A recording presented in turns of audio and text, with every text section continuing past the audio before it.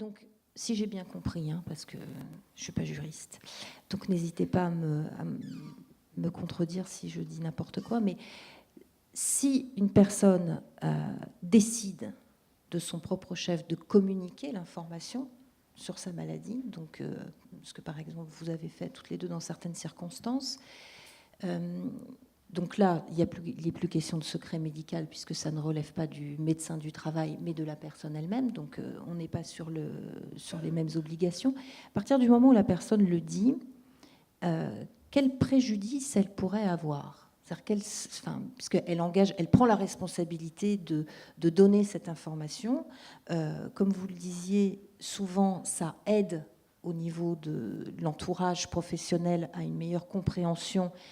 Et donc, dans la plupart des cas, en tout cas, sauf pour certains étudiants, mais dans la plupart des cas, une meilleure appréhension bienveillante, aussi appréhension dans le sens de prendre la situation en considération. Mais on peut toujours imaginer, et ça, vous l'avez dit, Gwendoline, dans l'exemple de votre président actuel qui ne vous aurait pas recruté si vous lui aviez dit. Donc, finalement, vous le dites, ça vous porte préjudice, imaginons.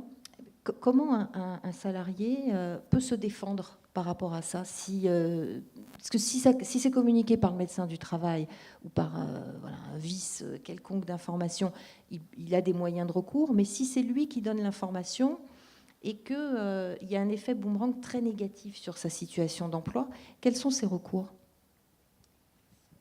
Dans ces cas-là, c'est comme pour n'importe quel autre salarié qui pourrait se retrouver dans une situation similaire, dans le sens où il s'agirait d'une situation de discrimination du fait de l'état de santé de la personne, comme par rapport à l'âge ou par rapport à la religion, à la couleur de peau.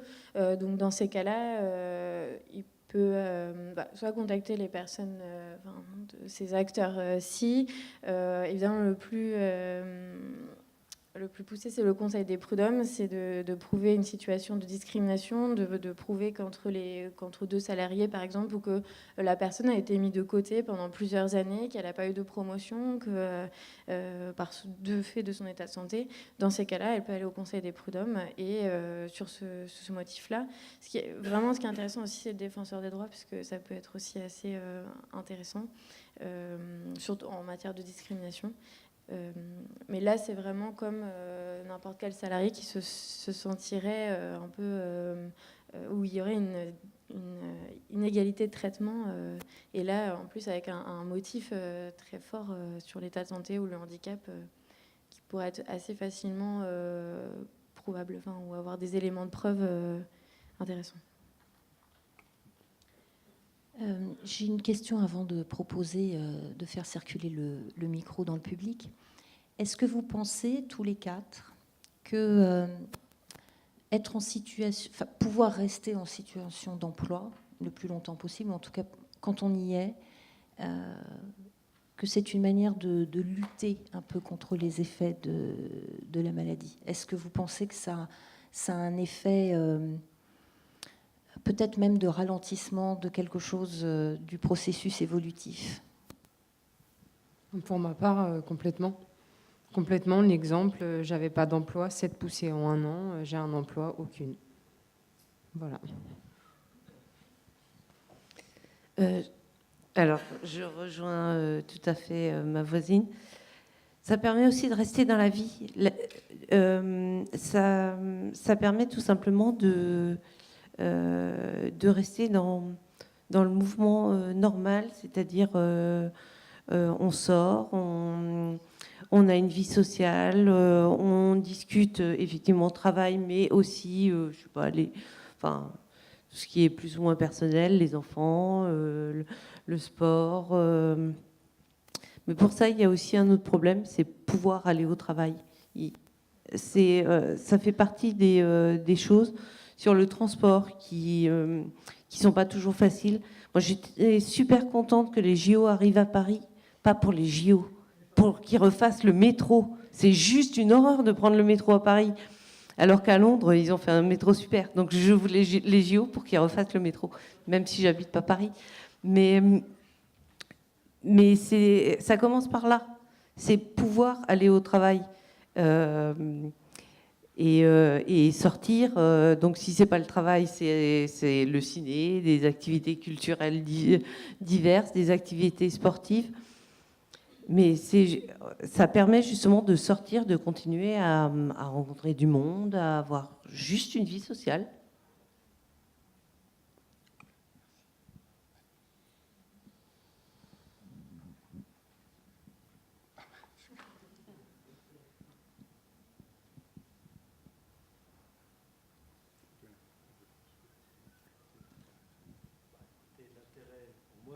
Pardon.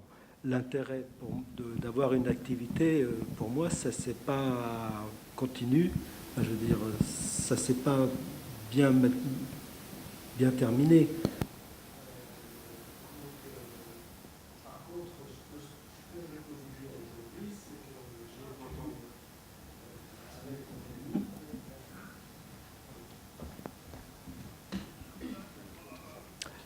Oui, là, aujourd'hui, j'ai pu épurer, comme je lui ai dit tout à l'heure, la dissension qu'on a eue, parce que il y avait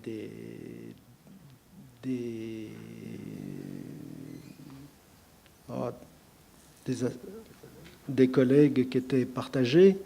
Ce que je veux bien comprendre, moi, je n'avais pas vu, évidemment, je ne sentais pas non plus ce qui arrivait. Et effectivement, je peux comprendre maintenant qu'il y ait des collègues qui ne soient pas bienveillants.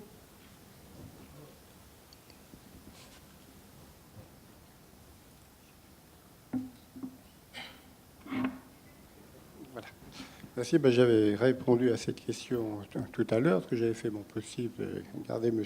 Brunel auprès de moi, tant en clinique qu'à l'université.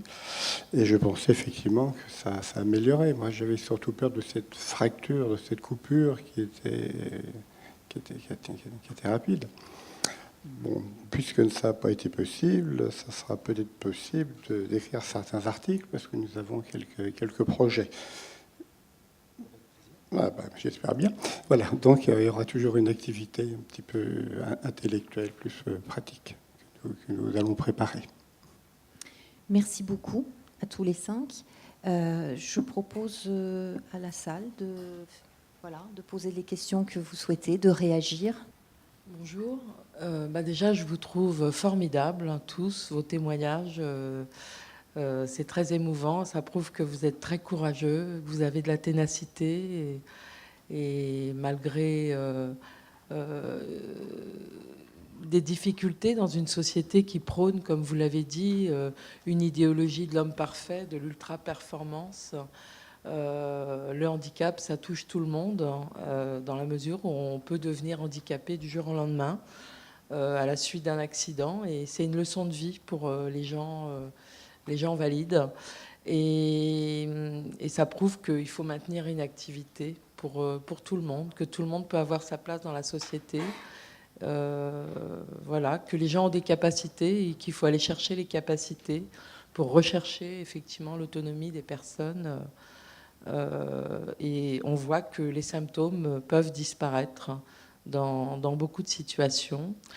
Et je voulais poser une question aussi par rapport au quota des entreprises qui recrutent les personnes en situation de handicap et des pénalités qu'elles doivent payer à la GFIP, je crois, il me semble.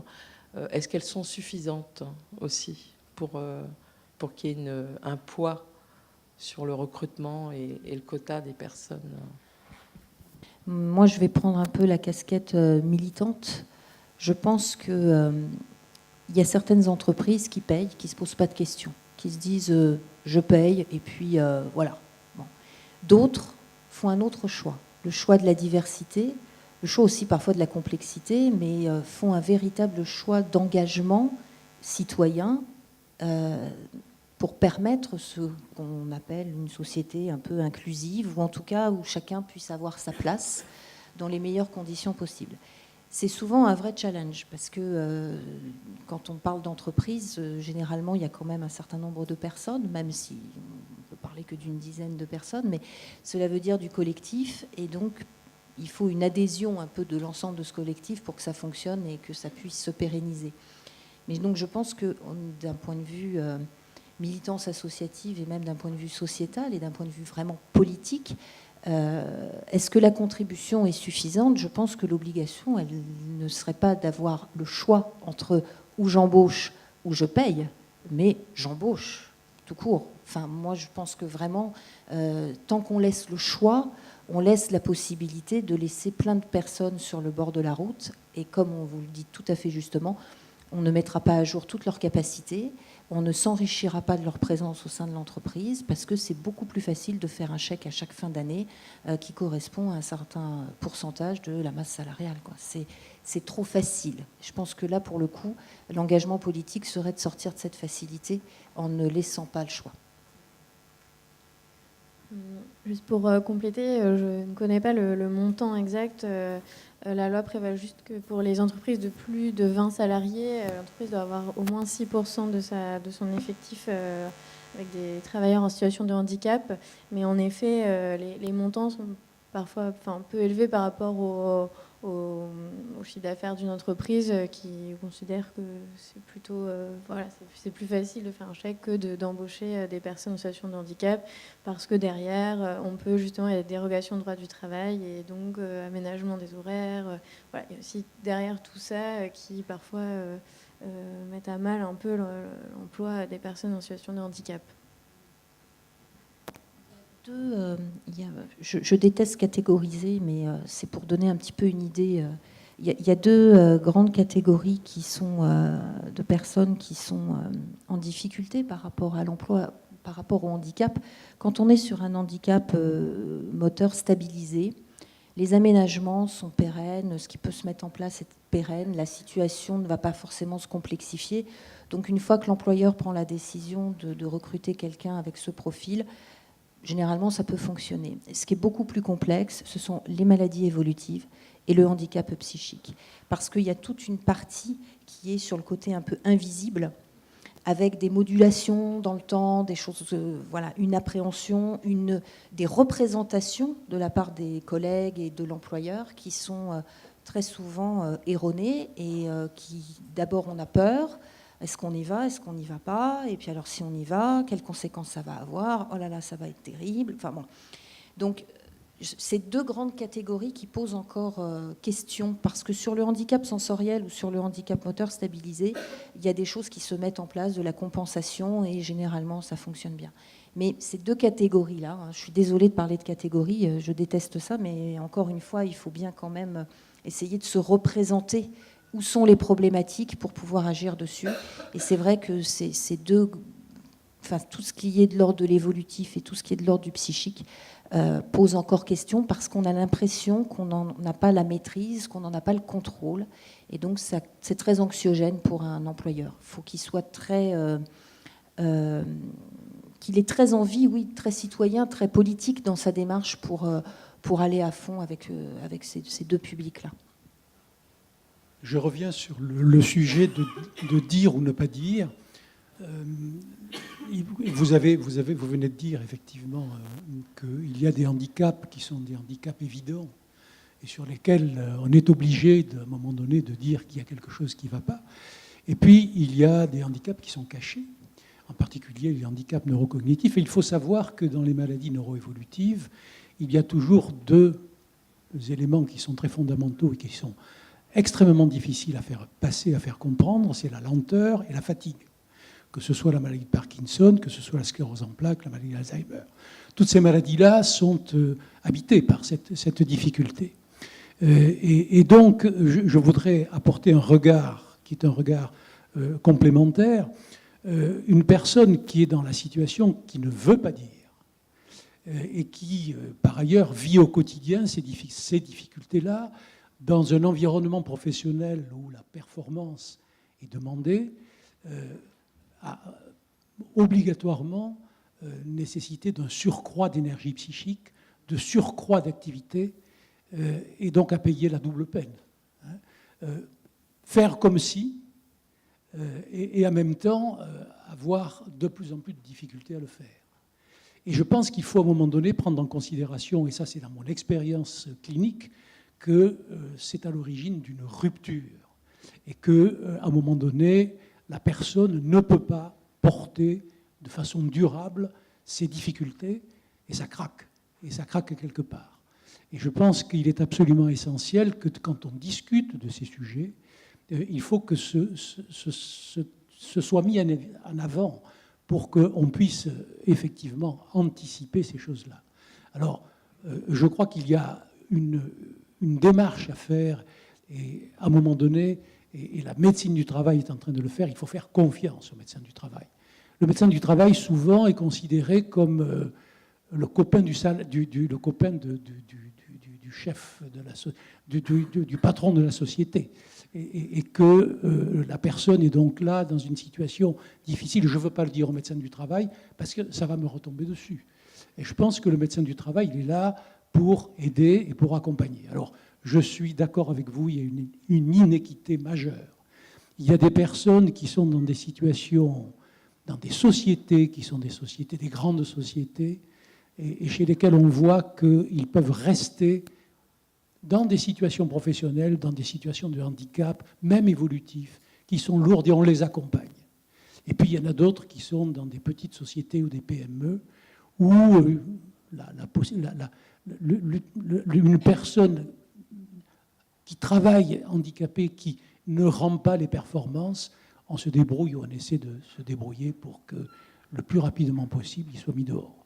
Et je pense que cette inéquité, il faut se battre contre cette chose-là. Et vous avez raison, les sociétés qui préfèrent payer des grandes sommes d'argent plutôt que d'embaucher des handicapés, c'est quotidien.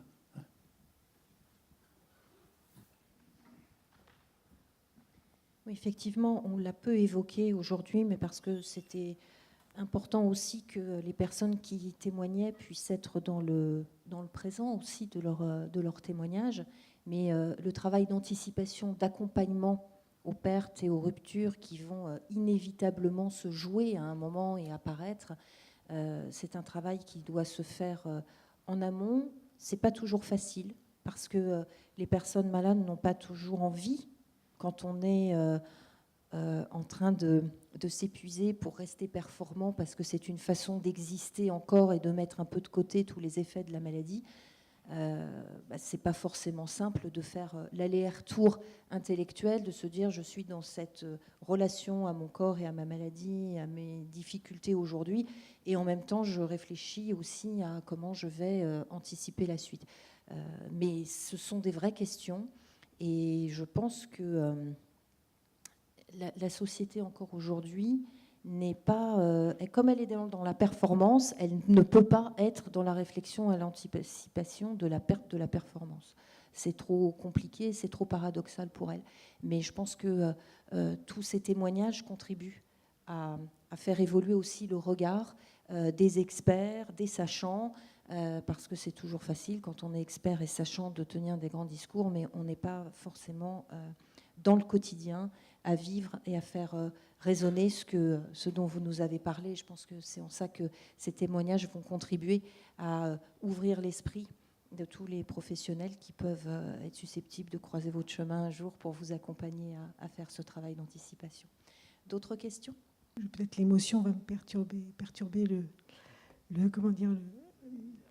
je vais être moins performante que ce que je ne souhaiterais être dans mon expression, je pense. Monique Bontemps-Bédouche, je viens du Gers, mais j'ai été tout un temps dans l'Ouest.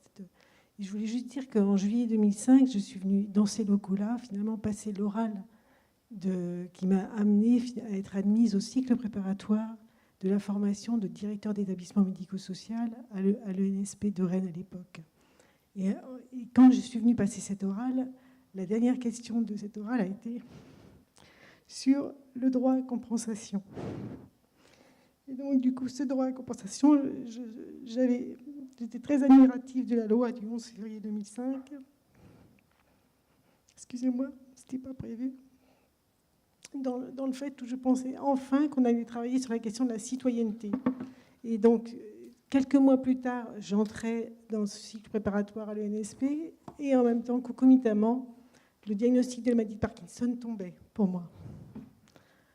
Et donc, faut se remettre en 2005, vous voyez, du coup, je me lève pour donner de l'espoir. Merci. Je voulais donner de l'espoir à la dame qui parlait là, parce que je me mets debout volontairement. Merci pour ne plus dire dégénératif, mais dire évolutif, effectivement, puisque à l'époque, le diagnostic tombait, mais j'ai eu la chance, finalement, d'avoir été admise à ce concours. Et j'ai quitté mon métier d'assistante sociale à l'époque sur Corbeil-Essonnes pour rejoindre Rennes, avec 3 enfants à la maison, ma dernière avait 14 ans. Et donc, du coup, j'ai eu la chance de me retrouver avec un projet que j'ai vécu comme un projet d'intérêt général, excusez-moi de le dire, que je souhaiterais qu'on prescrive à toutes les personnes qui se voient diagnostiquer une maladie neuroévolutive, finalement, puisque du coup, ce changement de vie a été salvateur pour moi pour plein de raisons. D'abord parce qu'il m'a mis en situation de formation, donc j'ai pu apprendre. J'ai étudié la question du graphisme et de l'écriture qui était difficile, et aussi en situation de ne plus comparer avec la vie d'avant. Donc je n'étais plus dans la comparaison de ce que je ne faisais plus, mais finalement dans la découverte de ce que je pouvais faire. En fait. Et j'ai toujours adoré apprendre, étudier. Bon, je ne vous dis pas que ça n'a pas été compliqué, mais en fait ma volonté à ce moment-là a été surtout de ne pas dire ma maladie, parce que j'avais la sensation, peut-être qu'une seule personne à l'école de Rennes aurait pu avoir ma confiance éventuellement, mais j'ai vraiment eu la sensation que si je le disais, j'allais être éjectée très très vite. À l'époque, 2005, ça fait 13 ans déjà. Hein. Donc en 13 ans, il s'est passé beaucoup de choses, notamment dans l'avancement des recherches. Dans le cadre de mon parcours je ne vais pas vous prendre trop de temps, excusez-moi, je voulais juste dire que j'ai eu cette chance-là. J'ai eu la chance de rencontrer des gens très estimables. J'ai eu la chance de rencontrer le docteur Bonnet à la Pitié-Salpêtrière, qui est une dame qui, effectivement, m'écoutait beaucoup et a toujours essayé d'adapter, finalement, la thérapeutique proposée à mes besoins. Je ne supportais pas, par exemple, d'avoir des dyskinésies. Donc, on m'a, à l'époque, médiquée, en fait, en fonction de ma demande. Puis, j'ai réussi mon concours de la fonction publique.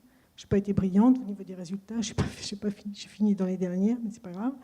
Donc, du coup, et j'ai eu un poste. Donc, ce que je veux dire, c'est qu'après, j'ai été chef d'établissement, mettant en place une politique de santé au travail. J'ai pris un poste d'adjoint et ensuite un poste de chef d'établissement dans un établissement qui a la prétention d'accompagner des personnes en situation de handicap psychique. Et à un moment donné, j'ai rencontré aussi quelqu'un d'autre qui est très estimable, le docteur Vérin de Rennes, vers qui j'étais professeur Vérin, qui m'a continué de me suivre et qui m'a proposé d'être traitée par pompe dopaminergique. Et là, j'ai eu un tel bénéfice que finalement, au niveau du travail, j'ai dit ma pathologie.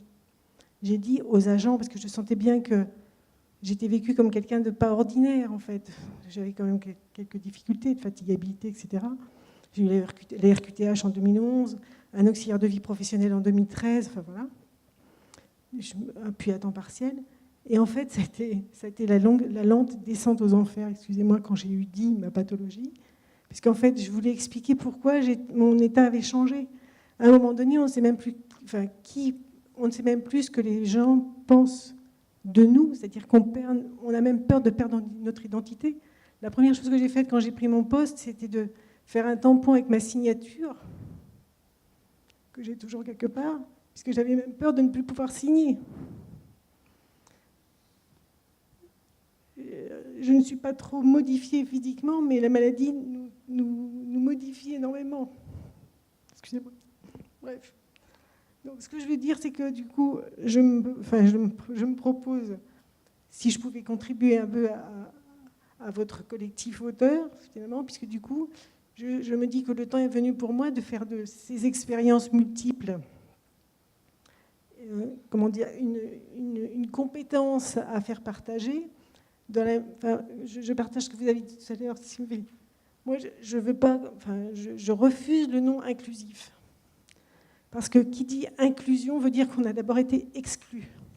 Et quand on est mis dehors d'un système, en fait, il n'y a pas de secret. En fait, on a été mis en dehors du système. On vit une telle perte d'estime de soi, une telle déflagration de mésestime et de non-bienveillance que c'est irréparable. Donc du coup, je me suis retrouvée, enfin, comment dire, je ne vais pas rentrer dans les détails après, mais j'ai aussi vécu la situation de le congé longue maladie en fonction publique. Imaginez-vous que je me suis sentie suffisamment bien pour négocier un retour en mi-temps thérapeutique, où je suis encore en ce moment. Et je suis finalement mise dans une situation tout à fait artificielle, puisque être directeur, c'est être responsable, c'est pouvoir rester en justice, c'est pouvoir gérer une responsabilité, finalement, qu'on n'imagine même pas pouvoir... Même moi, je n'imagine même pas que je pourrais continuer de l'exercer éventuellement.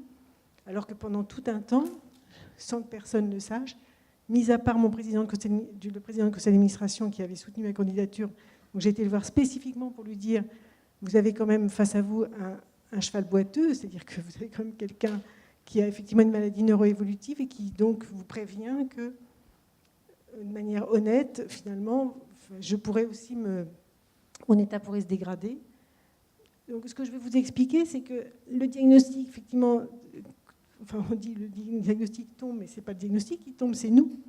C'est-à-dire qu'à un moment donné, le diagnostic est donné et on est par terre, désespéré. Donc, je voudrais quand même faire passer le message, finalement, qu'effectivement, on a des compétences inouïes, en fait, qui nous restent. C'est-à-dire que moi, je me suis accrochée à la citation de Paul Valéry qui dit « Je suis comme tout le monde, je ne ressemble à personne », tout le temps. J'ai écrit parce que mon plaisir, c'était l'écriture. Et donc, quand M. Vérin m'a traité avec la pompe à dopaminergie, j'ai été capable d'écrire pendant des heures et des heures. J'ai retrouvé les graphismes, qui est moins évident aujourd'hui. J'ai écrit à mes enfants combien je les aimais. Et j'ai envie de dire, même les aidants familiaux, il faut arrêter avec ça, quoi. Moi, mes proches, j'ai pas envie qu'ils soient aidants, j'ai envie qu'ils soient aimants. C'est tout. Enfin, c'est tout. C'est déjà énorme. Les aidants, c'est ailleurs que je les trouve. Et du coup, ce qui m'intéresse aussi, c'est que chacun, finalement, ait le souci de l'autre. Et c'est vraiment les usagers de l'établissement où j'ai été chef d'établissement qui ont pu dire à un moment donné, finalement, mais nous, on est habitués à avoir le souci de l'autre. Chacun d'entre nous, qu'il soit handicapé, malade ou autre, petit, grand, même les enfants, c'est à partir du moment où on a tous j'ai bien aimé vos définitions sur la bienveillance, le souci de l'autre, je sais que quelqu'un a le souci de moi. Voilà.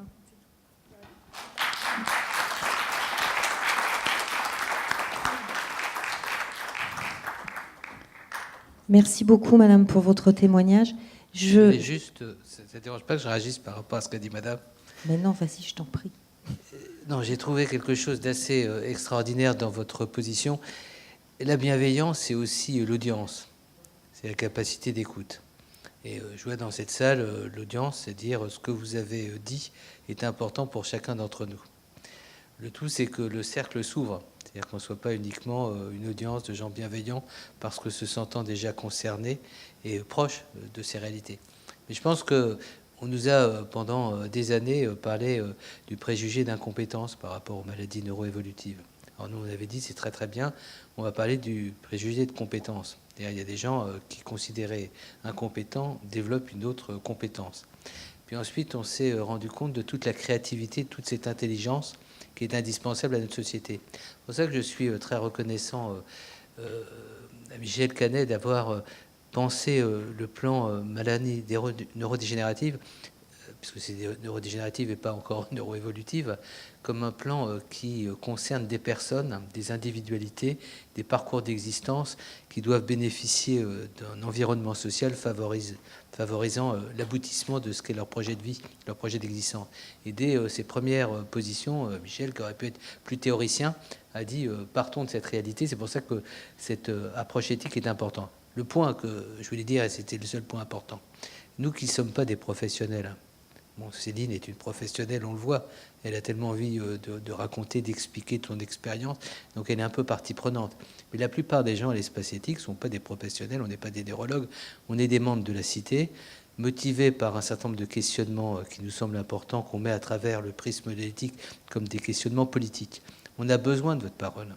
Quand je vous ai écouté, partiellement, parce que j'étais autre part, c'est une parole qui nous est indispensable. L'oxygène de notre société, la vie de notre société, de notre démocratie, a besoin de votre parole. Et ce que je trouve extraordinaire, c'est que vous puissiez la porter. Et vous devez la porter sans complexe. C'est-à-dire en disant, votre parole, elle est précieuse. Là où il y aurait quelque chose de dramatique, c'est si à un moment donné, faute d'avoir le sentiment d'être écouté, parce que vous avez le sentiment qu'il y a une inattention.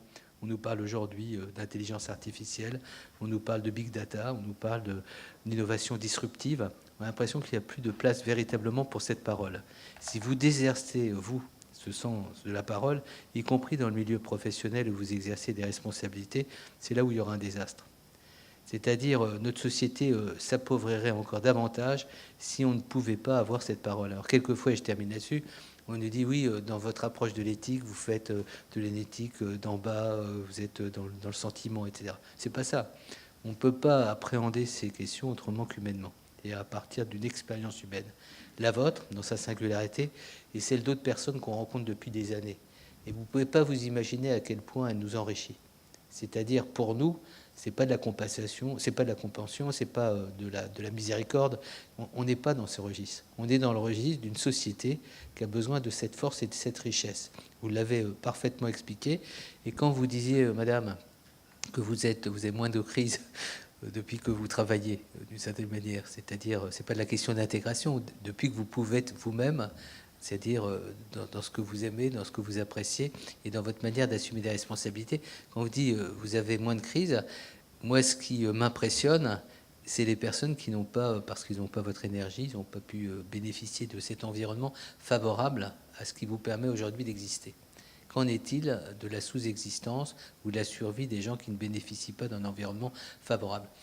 Et dernier point du dernier point, ce qui me manque, je l'ai dit souvent à Michel Canet, on est content d'être au ministère, mais c'est la dimension politique de la mobilisation. Et je ne vous cacherai pas, je raconterai ça dans mes mémoires Trump 3, le nombre de lettres que j'ai fait, par exemple. Alors ensuite, il y a eu Sébastien qui nous a motivés encore davantage, Sébastien Moser, qui a été le co-écriteur, ou je sais pas, rédacteur de ce manifeste, il nous a stimulés particulièrement. Mais on a pris des contacts avec des entreprises, notamment de la grande distribution. J'ai jamais eu autant d'injures finalement dans les non-réponses. Ça interroge la société. On nous parle d'entreprises citoyennes, d'entreprises éthiques.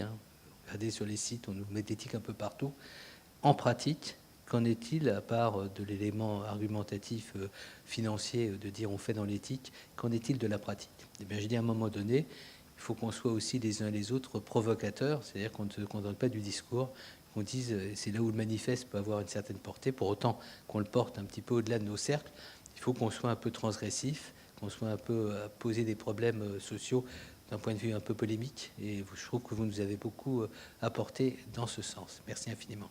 Oui, madame, je voulais juste rebondir sur deux choses que vous avez dites qui sont très importantes. Effectivement, je suis comme vous, le terme de société inclusive me... Voilà, parce que quand on dit inclure, ça veut dire qu'il y a eu exclure. Et donc, c'est pas comme ça qu'on fait une société bienveillante, quand on fait sortir les gens, puis les faire rentrer. Enfin, c'est pas comme ça qu'on doit construire les choses. Et puis, être aidant n'est pas une obligation. C'est quelque chose qui doit être un choix et qui doit un choix, un co-choix. C'est-à-dire qu'on a le droit de choisir aussi qui va nous aider et on a le droit de refuser d'être l'aidant sous prétexte qu'on a un lien avec la personne malade. C'est pas une obligation, ça doit vraiment être un choix.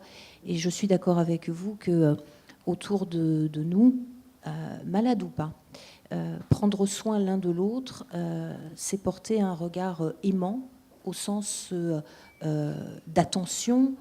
Et on a tous, à un moment ou à un autre dans notre vie, une fragilité, une vulnérabilité.